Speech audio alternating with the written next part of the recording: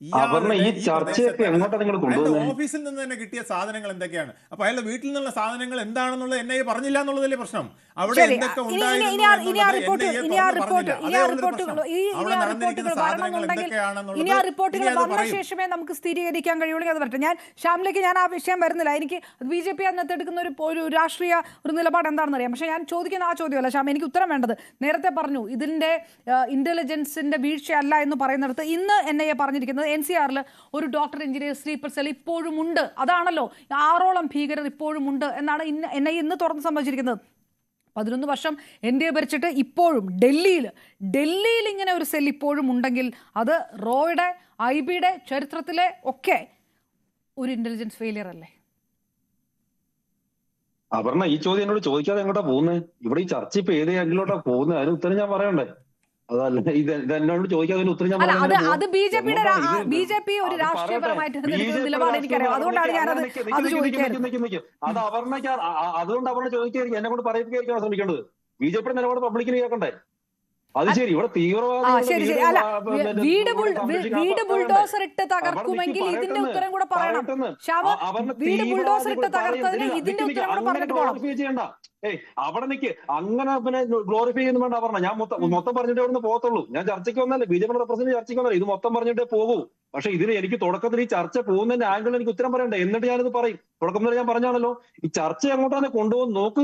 രാജ്യം മുഴുവൻ ആയിരക്കണക്കിന് ആളുകളെ കൊന്നു തള്ളാൻ വേണ്ടിയിട്ട് പദ്ധതി ഇട്ടൊരു ഭീകരനെ കുറിച്ചിട്ടാണ് അദ്ദേഹം എന്നൊക്കെ പറഞ്ഞാൽ ചർച്ച ചെയ്യുന്നത്. ഞാൻ ഈ മോഹൻ മുരളി സാറിന്റെ ചർച്ച നിരവധി കാണാറുണ്ട്, അദ്ദേഹത്തോടൊപ്പം ഞാൻ ഇരുന്നിട്ടുണ്ട്. പക്ഷെ ഈ ഇതിനൊക്കെ എനിക്ക് അതിശക്തമായിട്ടുള്ള പ്രതിഷേധം ഞാൻ രേഖപ്പെടുത്തിയാണ്. കാരണം അദ്ദേഹത്തിന്റെ വീട് തകർത്തത് മോശമായപ്പോ അദ്ദേഹം ഈ കാശ്മീരിലെ തീവ്രവാദികളെല്ലാം കാശ്മീരികളെ റെപ്രസെന്റ് ചെയ്യുന്നുണ്ടോ? അങ്ങനെയെങ്കിൽ നിങ്ങൾ പറയുന്ന നിങ്ങളുടെ ഈ ചർച്ചയുടെ തീവ്രത്തിന് തെറ്റാണ്. കാശ്മീർ തീവ്രവാദി എന്ന് പറയുന്നത് കാശ്മീർ തീവ്രവാദിയാണ്. അവൻ കാശ്മീർ ജനതയെ മുഴുവൻ റെപ്രസെന്റ് ചെയ്യുന്നില്ല. ഷഠനോട് ശാഠ്യമല്ലാതെ മറ്റു വഴികളൊന്നുമില്ല. ഇനി അവനെ നിയമത്തിന്റെ വഴിയിലോട്ട് തന്നെ കൊണ്ടുപോയോ നേരെയോ നിങ്ങൾ പ്രതീക്ഷിക്കുന്നുണ്ടോ? ഏതെങ്കിലും ഒരു തീവ്രവാദിയോട് നിയമം പറഞ്ഞിട്ട് മോനെ നീ ഇങ്ങോട്ട് വന്നു പറഞ്ഞാൽ ആ വഴിക്ക് നീങ്ങും നിങ്ങൾ ശ്രദ്ധിക്കുന്നുണ്ടോ?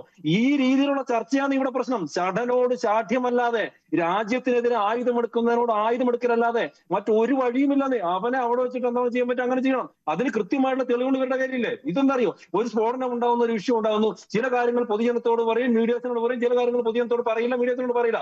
അങ്ങനെ NIA-ക്ക് ഒരു നിലപാടില്ലേ, റോയ്ക്ക് ഒരു നിലപാടില്ലേ? അതനുസരിച്ചിട്ടില്ല അവർ ചെയ്യാം. കാശ്മീരിലെ തീവ്രവാദ പ്രവർത്തനങ്ങൾ എത്രയോ നിന്നു. ഇവിടെ കാശ്മീരിൽ അത് നിർത്തിയെന്ന് പറയുന്നു. ഡൽഹിയിൽ നേരത്തെ പറഞ്ഞു കാശ്മീരിൽ പോയിട്ടുണ്ടോ, ഇറങ്ങി നടക്കാൻ പറ്റുന്നുണ്ടോ? കാശ്മീരിൽ ഇറങ്ങി നടക്കാം, റെഡ് ഫോർട്ടിൽ ഇറങ്ങി നടക്കാൻ പറ്റില്ല എന്നാണോ? റെഡ് ഫോർട്ടിൽ ഇറങ്ങി നടക്കാൻ പറ്റില്ല, കാശ്മീരിൽ ഇറങ്ങി നടന്നോളൂ എന്നാണോ NDA സർക്കാർ പറയുന്നത്? ഡൽഹിയിലൊക്കെ എത്ര ന്യൂട്രലൈസ് ചെയ്യുന്നത് ഈ ഇത് തന്നെ എങ്ങനെ ഉണ്ടായത്? ഞാൻ അതിലോട്ട് വരാനില്ല, ഞാനിത് ഉത്തരം പറയാൻ പോകുന്നില്ല. ഇവിടെ പ്രശ്നം എന്താ? കാശ്മീർ ജനതയുടെ മൊത്തം റെപ്രസെന്റേഷൻ നിങ്ങൾ ഈ ചർച്ചയിൽ നിങ്ങൾ കാശ്മീർ ജനതയുടെ മൊത്തം റെപ്രസെന്റേഷൻ തീവ്രവാദികൾക്ക് കൊടുക്കുകയാണ്. അവിടെയാണ് പ്രശ്നം. കാശ്മീർ ജനതയാണെന്നും തീവ്രവാദികളാണെന്നും തീവ്രവാദികൾക്കെതിരെ സീറോ ടോളറൻസ് ആണെന്ന് പറയാൻ വേണ്ടി പറ്റണം. കേരളത്തിൽ നിന്ന് ചർച്ച ചെയ്യുമ്പോൾ പറയാൻ വേണ്ടി പറ്റണം. ഇത് രണ്ടും രണ്ടാണെന്ന് കാശ്മീർ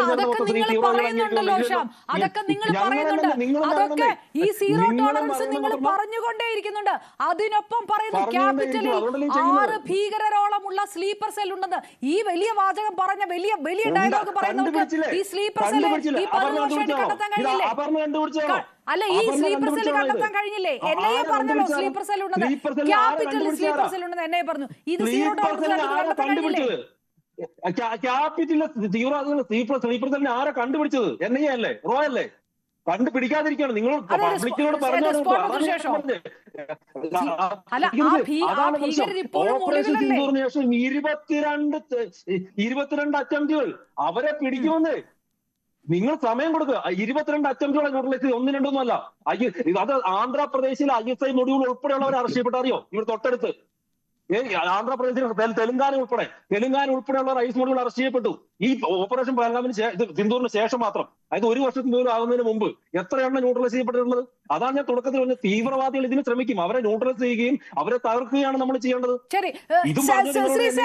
അതിനുള്ള മറുപടി, കാരണം സമയം വരുന്നത് താങ്കൾക്ക് എനിക്ക് വരാൻ സമയം കിട്ടാണ്ടാവും. ശ്രീ സേനാപതി വേണു, കോൺഗ്രസിന്റെ മറുപടി അതിനകത്ത്.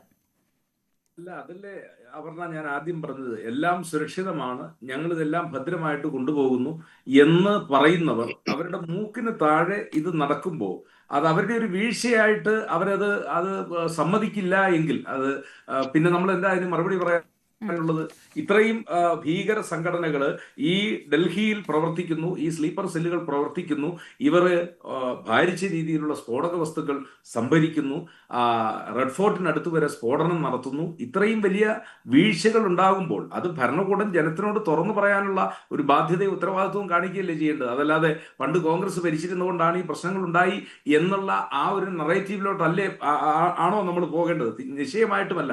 കാരണം ഒരു ദശാബ്ദ കാലമായി ഈ നാടിന്റെ ഭരണം അതെല്ലാ കേന്ദ്രങ്ങളും, ഇപ്പൊ സംസ്ഥാനമാണെങ്കിലും കേന്ദ്രമാണെങ്കിലും ഇതിന്റെ എല്ലാം ഭരണം നടത്തുന്ന ആളുകൾ ഈ രീതിയിലുള്ള പ്രശ്നങ്ങൾ അവിടെ ഉണ്ടാകുമ്പോൾ മെഡിക്കൽ കോളേജുകൾ കേന്ദ്രീകരിച്ചുകൊണ്ട് ഡോക്ടർമാരുടെ നേതൃത്വത്തിൽ ഇത്തരത്തിലുള്ള വലിയ ഭീകര ശൃംഖലകൾ സൃഷ്ടിക്കപ്പെടുമ്പോൾ അത് എവിടെ നിന്നാണ് അതിന്റെ തുടക്കം എന്ന് കണ്ടെത്താനും അതിനെ വേരോടെ പിഴുതെറിയുവാനുമുള്ള ഉത്തരവാദിത്വം അത് ഭരിക്കുന്ന ഗവൺമെന്റിനാണ്. ആ കാര്യത്തിൽ ഗവൺമെന്റിന് ഇന്റലിജൻസിന്റെ വീഴ്ചകൾ ഉണ്ടായിട്ടുണ്ട് എങ്കിൽ അത് ഇന്നതാണ് എന്ന് ജനങ്ങളോട് തുറന്നു പറയാനുള്ള ബാധ്യത ഗവൺമെന്റിനുണ്ട്. അതല്ലാതെ സ്ഥിരമായിട്ട് പറയുന്ന ചില കാര്യങ്ങളുണ്ടല്ലോ, ഞങ്ങൾ സീറോ ടോളറൻസ്, ഭീകരന്മാരുടെ മടയിൽ ചെന്ന് ഞങ്ങൾ അവരെ കൈകാര്യം ചെയ്യും, അവരെവിടെ ഒളിച്ചു കഴിഞ്ഞാലും അവരെ വിടത്തില്ല. ഇതൊക്കെ എന്നും പ്രസംഗങ്ങളിൽ കൂടെ പറയാവുന്നതും ആളുകൾക്ക് കേൾക്കാവുന്ന കാര്യങ്ങളുമാണ്. ആളുകൾക്ക് ഇവിടെ ആവശ്യമായിട്ടുള്ളത് ആക്ഷനാണ്. മനുഷ്യന് സുരക്ഷിതമായി തെരുവോരങ്ങളിൽ നടക്കാനും ഉറങ്ങാനും അല്ലെങ്കിൽ അവന് വിശ്രമിക്കാനുമുള്ള സൗകര്യങ്ങൾ ഉണ്ടാകണം. അവിടെ ബോംബ് സ്ഫോടനങ്ങൾ ഉണ്ടാകുക എന്ന് പറഞ്ഞാൽ ആളുകൾ പാനിക്കാവും. ആ പാനിക് ആകുന്നതിന്റെ ഒരു അത് എന്താ പറയുക, നാട്ടിലുണ്ടാകാൻ പോകുന്ന പൊതുവായ ഒരു അസ്വസ്ഥതയുടെ ഭാഗമാണ്. അത് പൂർണ്ണമായിട്ടും ഇല്ലാതാകണം. മനുഷ്യന് സുരക്ഷിതമായിട്ട് ജീവിക്കണം. അപ്പോ എന്തുകൊണ്ട് ഈ സ്ഫോടക വസ്തുക്കൾ ഇങ്ങനെ നിർബാധം ഇതെവിടെ നിന്ന് കടന്നു വരുന്നു, ഇത് കടന്നു വരാനുള്ള വഴി എവിടെയാണ് ഒരുങ്ങിയത്, ആ കാര്യം നമ്മളൊന്ന് ചർച്ച ചെയ്യേണ്ടത്. ഇത് ഏതായാലും പോക്കറ്റിലിട്ടുകൊണ്ട് നടക്കാവുന്ന കാര്യമല്ല. 2900 ശരി, തീർച്ചയായിട്ടും ശ്രീ സേനാപതി പണി. ഏതായാലും നമ്മളൊരു പ്രധാന വിഷയം വൈറ്റ് കോളർ ജിഹാദ്, അത് ഇന്റലിജൻസിന്റെ വീഴ്ചയാണോ? എങ്ങനെ വൈറ്റ് കോളർ ജിഹാദ് ഈ രീതിയിൽ വളർന്നു എന്നുള്ളൊരു ചോദ്യമുണ്ട്. അങ്ങനെ ഒരു ചോദ്യം, അതിന്റെ റൂട്ട് കോസ് കാണുമ്പോൾ അതൊരു തീവ്രവാദത്തെ പ്രോത്സാഹിപ്പിക്കലല്ല, പക്ഷെ തീവ്രവാദത്തെ അടിവേരെറുക്കാൻ എന്ത് ചെയ്യണം എന്ന് ചോദിക്കൽ തന്നെയാണ്. ഇന്റലിജൻസിന് വീഴ്ചയുണ്ടായോ എന്നുള്ളതിന് 75% പ്രേക്ഷകരും അതേന്നും 27% പ്രേക്ഷകർ അല്ല എന്നുള്ള അഭിപ്രായമാണ് പറയുന്നത്. ഏതായാലും ISIലേക്ക് എത്തുമോ ഈ വൈറ്റ് കോളർ ജിഹാദിന്റെ വേരുകൾ എന്നുള്ളതാണ്. അങ്ങനെയാണെങ്കിൽ അത് സ്ഥിരീകരിക്കുകയാണെങ്കിൽ ഓപ്പറേഷൻ സിന്ദൂർ 2ാം ഭാഗത്തേക്ക് ആയിരിക്കുമോ കടക്കുക എന്നുള്ളതൊക്കെ ഇനി വരും നിമിഷങ്ങളുള്ള അന്വേഷണങ്ങൾ പറയും. വളരെ നന്ദി doctor Mohan Varghese, MS Venugopal, P. Shyamraj, ഒപ്പം സേനാപതി വേണു ചർച്ചയിൽ പങ്കെടുത്തു. പൂർണ്ണമാകുന്നു.